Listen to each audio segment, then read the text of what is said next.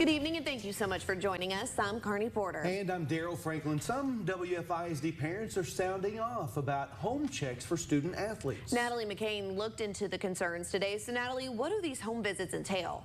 Well, Carney, in an effort to keep a level playing field, Dr. Lee says each varsity student will be subjected to 2 home visits. They can refuse, but that student athlete will not be allowed to play varsity athletics until a home visit is conducted.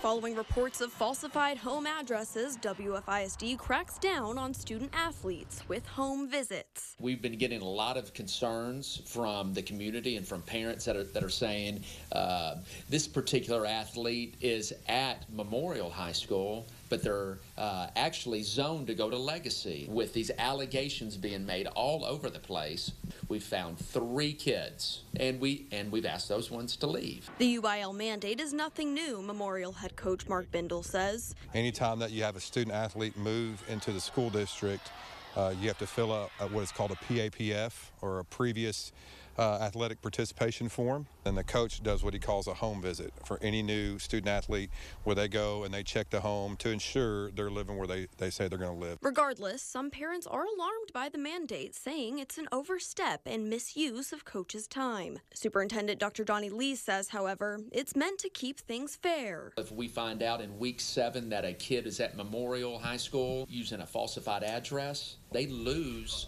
all of those games that they played regardless. They may have won 30-0, but now that game is forfeited. I don't think it's annoyance. It is going to be extra work for the coaches, but at the end of the day, you want to do what's best for kids. So what do those visits look like? Looking in their bedroom, looking, do they have clothes in their closet?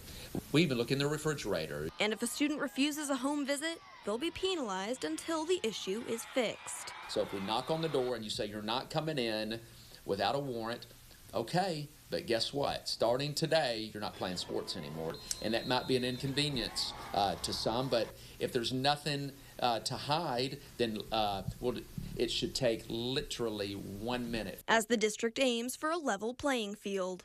Now, Lee says that if a student fails a visit, they will be suspended from athletics indefinitely to give them time to adjust. He adds that if you're aware of an ineligible living situation, you should report it to the district. Okay, Natalie, thank you so much for that report.